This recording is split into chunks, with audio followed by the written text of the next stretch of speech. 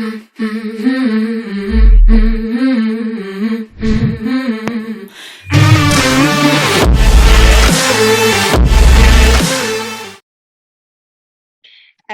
everyone. Hi, guys. Welcome to this new episode of the EmpowHer journey, the community here to support your self-growth and live by your own rules. So we're super excited today to have Rocío Pérez with us. Rocío, good evening, good morning, wherever you are. Yes, thank you, and good afternoon and evening to you as well. It's such a pleasure to be here with you, Clem, and I'm very excited about today's journey and interview. Oh, that's excellent. Thank you so much again for accepting to be in our guest. So this month, the theme that we're going to be talking about is about self-worth. And the theme that we've got, so the specific title is, Are You Worth It? Tips to recognize your value. And this is why Rocío is the best guest for this theme, really, because she's been working for a long time now in inclusion and diversity, helping leaders and trainers. She's based in Denver, Colorado, in the US, and she's the founder and CEO of Inventiva, an international best-selling author of Unstoppable: 7 Steps to Becoming a More Intentional Leader. And you're currently working on a very exciting new project at the moment, the Mindshift Game, the first self-coaching system in the world. That sounds really, really exciting. And you're going to be telling us more about that. Very excited. But before we talk about this specific new project, could you tell us more about your empowerment journey? Tell us more about yourself. Well, Clement, I thank you. I grew up with a little girl with a dream. I fantasized about being a teacher, and I would run around with my tattered books and say, someday I'm going to grow up and become a teacher. And I was fascinated by school learning. I was that rare child that cried because I wanted to go to school. I'm like, oh, wow. And so I would fantasize with anyone, my older brother, I would say, someday I'm going to grow up and I'm going to become a teacher. What are you going to be? And this is what my life is going to be like. The reality was very far-fetched. I grew up in extreme poverty and extreme abuse. I shouldn't even be alive. By the time I was 5 years old, I contemplated suicide, and I said, I can't do this anymore. Like I really hit a wall. And really got that at that moment, and thought that the best thing for my life was to run in front of a semi and end it all. I was 5. And as I continued to grow, something stopped me in that moment, and fast forward into this life of imagination, and this life of what would my life be like when I escape this, when I leave this. This is a nightmare. I could not think about this even being real, what I was living in those moments of such deep despair, abuse of all kinds. And as I was growing up, the abuse just got stronger. Both parents against me, unfortunately. Both my parents would team up at times and beat me up. And so by the time I was 12, I knew that this couldn't continue. I knew that I had to make a very drastic choice, a choice that no 12-year-old should ever have to make. And I knew I had to leave at that time. By the time I was 13, in front of my grandparents, and one day I said, Grandma, we were about to move again. I said, Grandma, you know they're going to kill me. And her response was, I know. And I pled to her. I said, I need you to help me. Like, help me. I can't do this anymore. And it was her and my 16-year-old uncle who helped me run away at that time. Fast forward, parents leave town. Life begins, a very different version of my life. Got into drinking, smoking, partying, to simply numb the pain that I was going through. I didn't know how to deal with it, nor was anyone in my environment aware of what was going on. So very little that they could do. By the time I was 14 years old, I'd already been ditching. The highest grade I completed was the 6th grade. And moving forward from that point, I was going to be returned back to my parents. I said, there is no way in the world that I would go back with them. I knew that would be the end of me. And at that time, I decided to run away again. And I ran away this time with my 22-year-old boyfriend. I was 14 years old, a person I barely even knew. Ran away, and you would guess it, 14 years old, new city, no parents, no people to guide, no people to support. At the hands of a 22-year-old, I got pregnant. And now I was facing a completely different life and making my own choices in life, that I would keep my baby and I would raise my baby and I would provide my baby the best life I could provide him. And I did whatever it took to make sure that I kept him and raised him. And I say by kept because we had a social worker who made it her life's mission to take my son away from me. Yes, I was 14. Yes, I didn't have family support. Yes, all the odds were stacked against me. And yes, I could take care of this baby as well, no matter what life was going at me. By the time I was 15, so at 14, I contemplated leaving him, running away because he was an abusive person. And going from one journey to the next, and the next part of my life was, God, I need to get out. I need to get out. I knew being a Latina, uneducated, 6th grade education, menial labor, my parents didn't care about me. I didn't have people to support me. In an abusive relationship, my son didn't stand a chance in the world. I had to go out and create that. And at the age of 15, that dream of becoming a teacher was dimmed, and I had to light it back up. And at the age of 15, I was knocking on the Community College of Denver's doors to say, let me in. This is what I want to do. This is my life. And I did. I was that rebel. No was not an answer. It was simply an opportunity to ask again. And at the age of 15, I divorced my parents so I can go to university. Uphill both ways. Every morning, getting up, going to bed at midnight, getting up at 3 o'clock in the morning, preparing lunches. By the time 4 a.m. came around, I'm walking in the snow with a 2-year-old in my arms, wrapped in a blanket. It's snowing. It's Colorado. It's life. To make that trek of almost 4 hours in the morning, simply to make it to school. And it was my drive. It was my mission. I knew that failure was not an option. It wasn't even in my mind. I had to do what I had to do to get educated. I had to do what I had to do to take care of my son. And I did. I escaped that relationship when I was 19 years old. I finally had enough. I was done with the threats. I was done with running away, because I did leave many times, and he would come and find me and threaten me and say, I'm going to take your child away from you if you don't come back. And I was done. I was willing to figure out whatever I needed to figure out. And we ended up homeless, literally homeless, to figure it out from that point on. And it was the best decision I have ever made. I had the freedom to be, the freedom to create, the freedom to start anew and to dream that life that I always wanted. There's no more sweet moment. I get chills just thinking about that right now in life than to know that I was empowered, to the moment that I knew I was empowered to be the driver of my life, that nobody can hurt me. Nobody can hurt my son. Nobody can hurt me.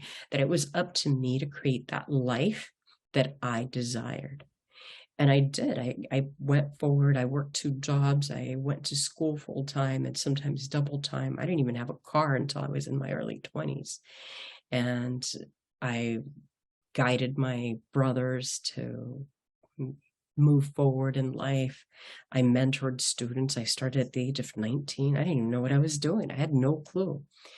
And what I discovered is that I was naturally competent at something that I had no clue about. And as a result, I graduated with my own students. We graduated side by side, went on to have my first job. Life was what I thought was amazing. And on a Memorial Day weekend, I was in a head-on collision. I was 25. And that car accident almost landed me in a wheelchair.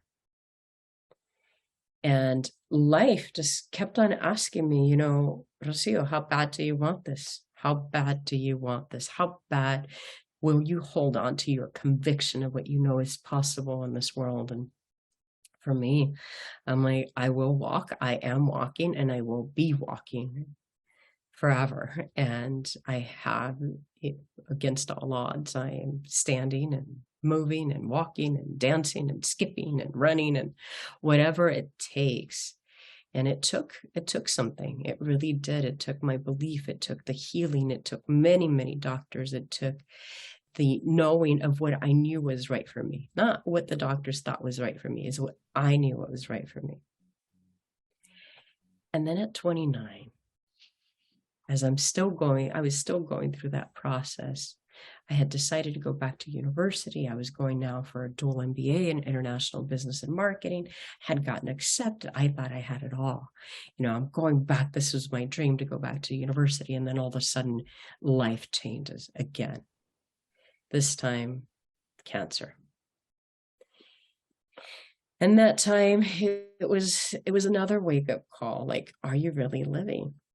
You know, here's the second time in my life where I'm like, okay, I've got it. Go through that experience, live life. I complete university. I built a home. I was working 70 hours a week as a single mother, built a home for my son. I had the car, the house, the kid, the education, the business, the life, the everything. I was an empty nester. I was 33. And by the time I turned 34, life again came and knocked and said, are you living? And the response was, I was not living. I was chasing money. I was chasing a life of what everybody thought would make me successful. And at that time, literally as I turned 34, I ended up in the ER, to only discover days later that I had a brain tumor that can end my life that fast. And then I was like, okay, what now? What now? Like, I get it. I had not embraced my gifts. And although I was helping so many people, I thought that was just something that you do, that everybody had that gift. And at that point, I had decided at the age of 34 that it was the first day of my life. So on October 20th, 2009 was the first day of my life. A life of living in alignment with my calling and my purpose.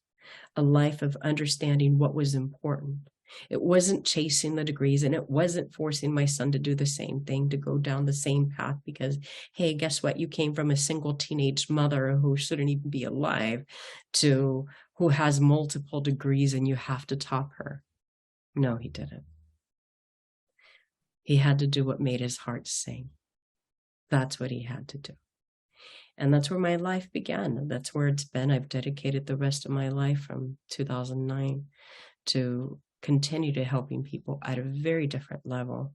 And for that, I had to make my own journey and transform. There was a lot of the hokey pokey moment, what we call it here in the US. And it wasn't like put your right arm in and take your right arm out. It was more of open up your heart, Rocío.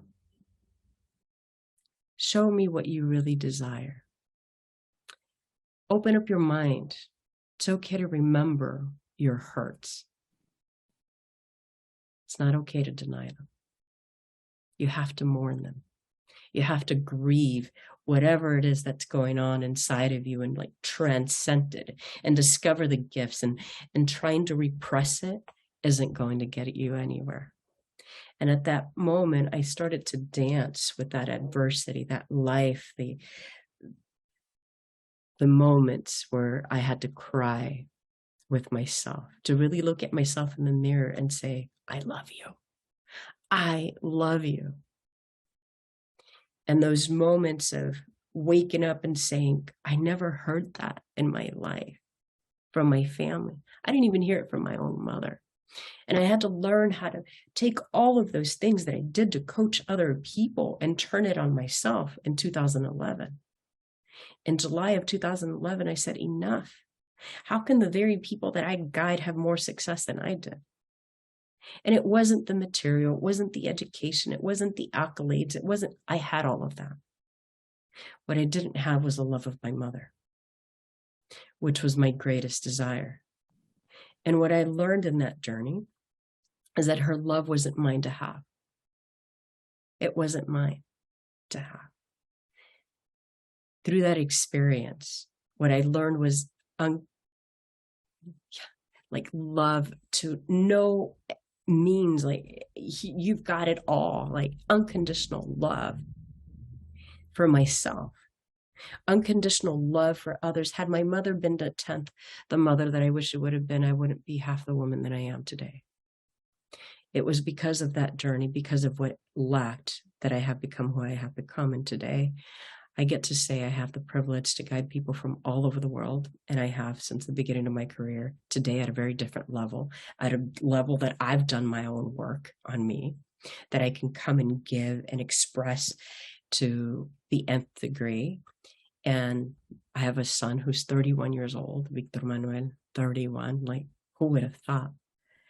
Who would have thought that today I would have a 7-year-old grandson and beautiful granddaughter on her way, baby Esme, who will be here with us in the later part of the year. She'll be born then. To be able to enjoy life, to be in places like California, like where I am right now, looking forward to walk on the beach later on today and enjoy life. And that's been my journey. Wow, that is absolutely amazing. I've been from tears in my eyes to goosebumps to, you know, a lot of feeling, a lot of emotions. Thank you very much for taking us on this beautiful journey with us. And there's this the strongest impression is this groundness that emanates from you. This, you feel very, very anchored, very stable, deep inside. Is that what you would say too? Is that relevant for your experience? That's very relevant for my experience. I felt that I had to ground myself to something, and I lived in my mind. Like my entire life, I lived in my mind. I lived in the possibility of what I believed that somewhere in the world I saw was possible. Somewhere, wherever that was, whether it was on TV, because it wasn't in my home, right? It was like that possibility that someday I'll create it, that possibility that someday I would be there. And yes, the healing has brought that as well. The healing of that dance with the pain, the dance with the grief, the dance with the good, the bad, the ugly, the everything, the things that I had, you know, I feel like I was with the sun trying to cover up what was there. I couldn't cover it up. Like I had to face it. And the brain tumor was my greatest gift to say, okay, it's time to wake up and live. It is time to actually own what I didn't want to own and say hello to what's always been there. That is so beautiful. And what I found so inspirational is you know, like it's so easy sometimes to focus on excuses. So, oh yeah, I'd like to get there, but my situation is this. It's too early or it's too late. We hear so much, you know. It's like sort of part of a common chit chat sort of thing. Oh, you know, but this is life. This is how life is, and not me, I'm a woman, not me, I'm from this background, not, you know, it's not for me, or it's harder for me. And your story is just you know, reducing that into dust or smoke, or that has absolutely no substance. And I absolutely love that. I think it's a very useful reminder. I would say, Clement, if a 12-year-old could make a decision, if a 5-year-old could make a decision to live, if that 12-year-old could make a decision to say enough is enough, like I know where this is going. If a 14-year-old can say, I will keep my baby and I will figure it out, We all can. Like we all can to look at that and say, wow, even right now, as I'm in California with a girlfriend, she's like, I forget how young you were. Like I forget, most people think that because of my life experience, I would be in my 50s. I'm not, and I am here in my 40s and life and everything that has happened, not only happened, but to take and lead the way and say, you know what, come with me. Allow me to show you what's possible, because you know what is inside of me is inside of all of us. What is inside of me is inside of all of us. The will to live, the will to know that it's possible, our imagination. When people would say, even my own mother would say, you're never going to make it. My own mother. And I would say, thank you. Thank you. Like, I don't need to argue with anybody of what I know is possible for me. My energy is spent on me achieving what I desire. Not on trying to prove people wrong, not on trying to, justify or be their friend or be there with them. It's like, it's on me. I am the driver. I am the master of my fate. I am the one who decides. Doctor, you don't get to decide. Mom, you don't get to decide. As a matter of fact, I was sharing with my girlfriend last night where I was in San Diego and I'm in Southern California right now. On the day that I looked at my doctor and I said, you know what, doctor, someday I'm going to walk in here and that brain tumor is going to be gone. 2014. He goes, no, it's not. I said, you know what, doctor? How about you keep the brain tumor? I'll keep my belief, right? Because your ability to be able to help me does not exist right here. If my belief is stronger than yours, I shouldn't be here. You have nothing to contribute to me. And I think when we can take our life from that, because we can all believe, that something's going to happen with us. And depending whether that's positive or negative, they're both right. If I give in to somebody's belief, then that becomes my belief. Or I keep my own belief of what's possible. Yeah, that's amazing. That's amazing. And I love what you described about discovering more meaning to your life, discovering your purpose, and the message, this strong message that resonates with me very, very strongly, of being your authentic self, being, it's like, in my experience, it's like there's something burning inside of you that it just wanting to with this big desire to shine through. And I remember feeling that even as a child, but not knowing what to do with it and not knowing if I could trust it and things like that. So this, and how life has enabled you to see more of that, to experience more of that, is an amazing gift. It's the greatest gift. We can only be ourselves. And I think as we chase somebody else's idea of who we should be, as we try to be, we hear so many different stories. I know what the top 100 people should be like, right? This is what made them successful. No, follow your journey. Discover what's there for you. It's time to take off the mask. And I had many, many masks. I had the mask of being safe around my mom, safe around my dad, my teacher, father, preacher, whoever, all over the place, my brothers, whoever. And I finally took them off one by one. And I peeled them off because it wasn't easy. It took something to peel each of those masks off and to say, who am I? Who am I? When all of that is said and done, who am I? I'm love. I'm compassion. I am empathy. I am strong. I am vulnerable.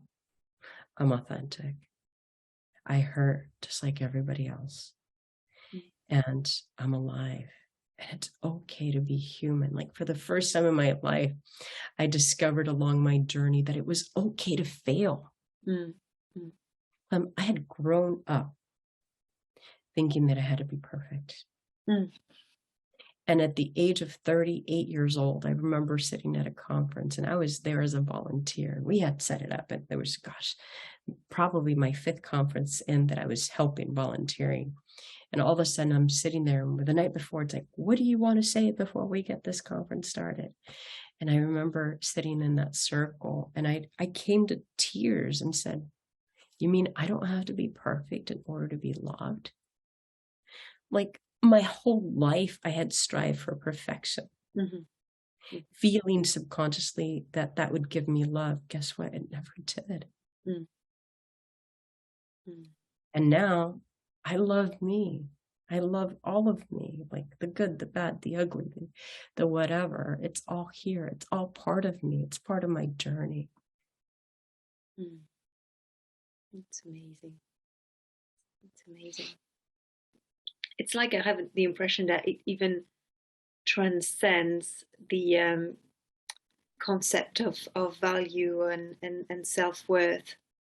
You have to, as you said, I love the analogy of peeling off the mask. You've got to peel everything that's not yours, society's expectations, the shoulds, the must, the I have to, the ideal of perfection, and in a way you come back to something very simple, like a core that's very pure, your essence, maybe. Some would say. So I guess, do you think we sometimes are looking at the idea of self-worth, self-value, your own value, in a too complicated way? I believe so. I believe that we're running and chasing somebody else's idea who they think we should be. When in reality, the only one that should be concerned about how we are, who we truly are, is ourselves. Like be yourself, be your authentic self. Bring all of you. I'm silly. I love to skip on the street. Come on. I'll play with my grandson. I'll jump on the monkey bars. I'll do whatever is fun in that moment. I love silly pictures. I travel with that as well. Like, I appreciate moments in life. I appreciate things from a very different perspective. And I think a lot of us are running around like, ooh, like, I'm not sure what that person's going to think about. Maybe I shouldn't do that. And we run around pleasing others, diluting ourselves. And I'll repeat that. We run around pleasing others, diluting ourselves. And we start to forget who we are and that which we serve and sacrifice ourselves for. At times we end up resenting. And whether it's resenting ourselves or resenting others, it leads to the same place, a place of resentment. How about a place of joy? When that person's feeling fully expressed, and that person's having fun, when that person's really connecting, when they're feeling fully alive, when they know exactly who they are, what they feel, what they desire, what they like, being unapologetic about being us. I'm unapologetic, okay? I have a lot of food allergies. I'm unapologetic. I go to a restaurant. I want what I want because I know it's going to make my body feel good, not to please somebody, right? It's to take care of me, which is the most important thing. First and most important thing is being self. But we tend to do that so much, don't we? Like being, oh, I'm sorry, I need this, or I can't do that, or apologizing so easily for, and perceiving then that things about us are wrong, shouldn't be like that, or are broken, and that's, I think it's really connected to this idea of how we perceive, how we see ourselves. And there tends to be a lot of self-violence in so many people. Which is really fascinating that you say like the self-violence, because it is a something that we inflict upon ourselves, something that we have control over. It is something that when we discover how powerful we really are, that our life experience, I would say that 98% of us are not aware that we are the ones in control of our life. For instance, I had a situation with a fiance that I was with, and chatting with a person that I was coaching. She's like, oh, I don't know, I've had difficult times and so forth. I'm like, I take 100% responsibility over the relationship going wrong. I take it. Why? Because I was the one who kept me there. I cannot blame anybody else for what happened. When we bring that power back into us, and when we recognize that it was us that had the power all along, and there's a sense of owning our worth. There's a sense of owning our pride. There's a sense of owning ourselves and feeling worthy of, I can do something. I'm not a volunteer victim. Okay. I'm not a volunteer victim. I want you to do something for me, and I want you to be this way. Yes, we all want that. And when it's not possible, it's not possible. It's got to be two people to make things work, right? Yeah. Most of the time we're like blaming, oh, this person didn't give me an opportunity, where it was a mother, father, teacher, preacher, whoever it was, didn't give us an opportunity. Why didn't you go create it? Like, if this young girl with a 6th grade education can graduate from a private institution of higher ed with multiple degrees, we all have it. And we know exactly what it is that we have. We already do here now. Yeah. That is, so it makes me think of the fear. I think a lot of what's holding us back is the fear. It's really wrapped up with these perceptions of how we're not good enough and we can't do it. But there's also a big fear of the unknown, fear of failure as well, possibly. What helped you with that, and how do you help people when it comes? So first of all, is identifying for me, is your why big enough? My why was big enough for me. For me, it was my son. Like, it's his life. It's my privilege to be his mother, right? Because it is a privilege. And to create that life of what's possible, what's going to happen to me. I was convinced that what would happen with him was going to be not something that I wanted, right? I had come from that. I came from an alcoholic background, an abusive, alcoholic, neglectful life experience where children were not valued. We were just a thing that was there. Okay.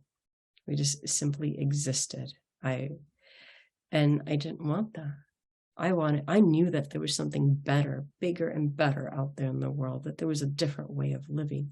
And so much so that even to my son, as he was growing up, I believe he was 11 years old, when he ran down the stairs and he's like, Mom, why are you different? I'm like, what are you talking about?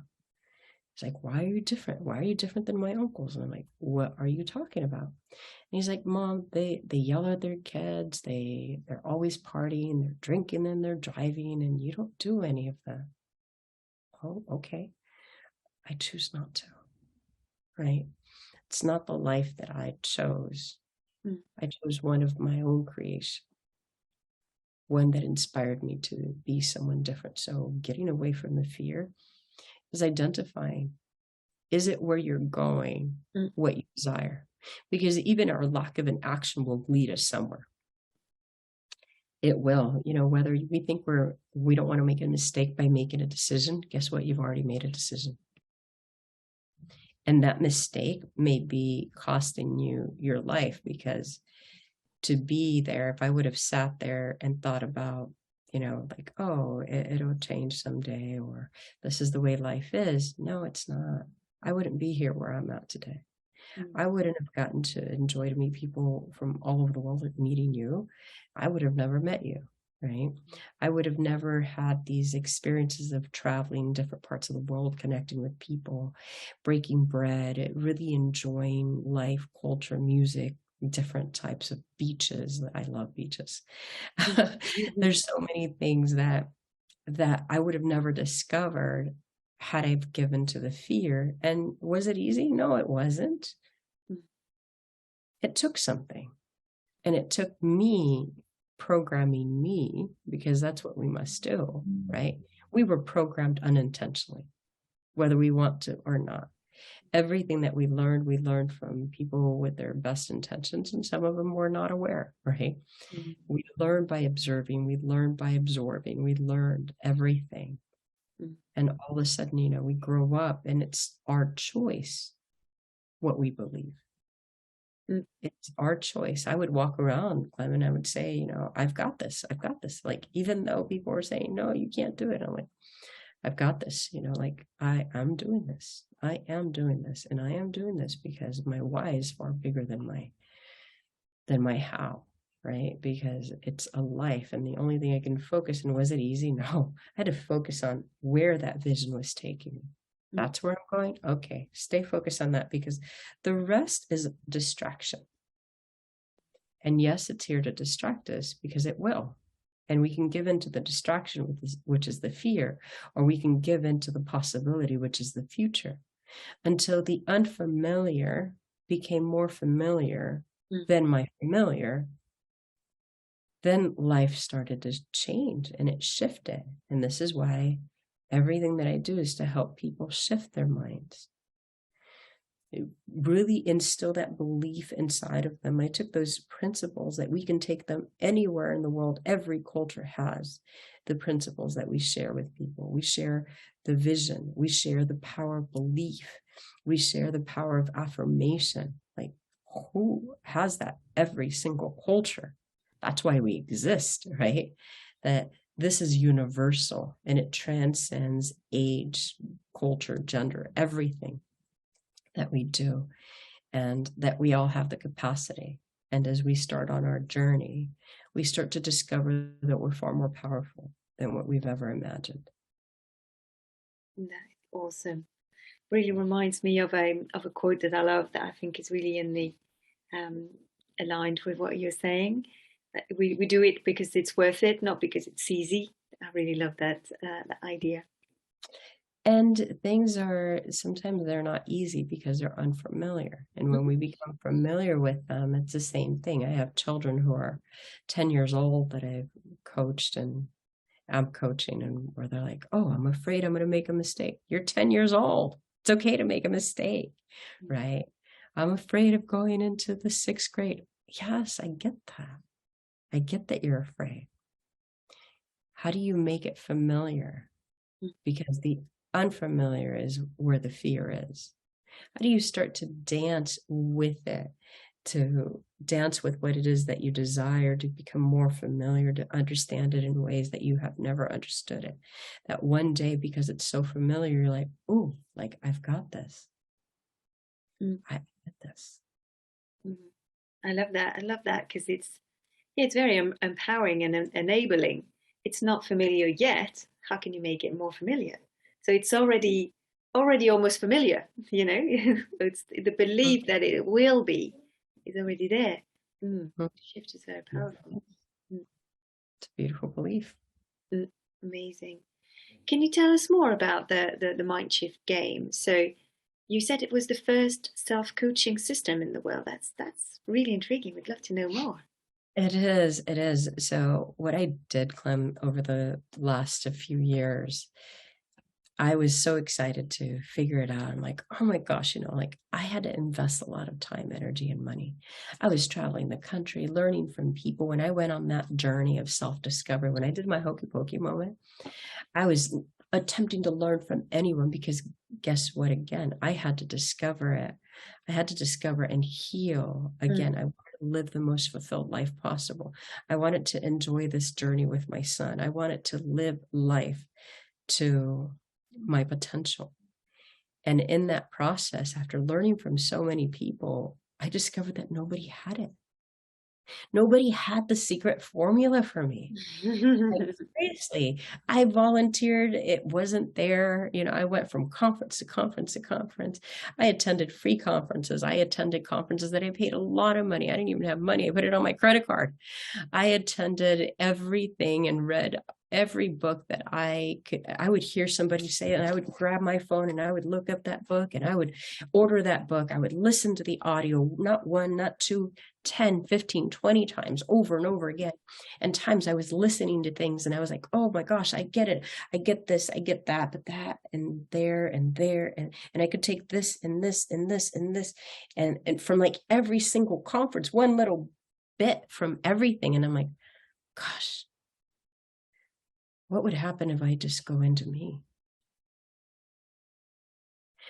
That's where I was also, not only was I peeling off that mask, I was painting on somebody else's mask on me, on top of what I just took off. Okay.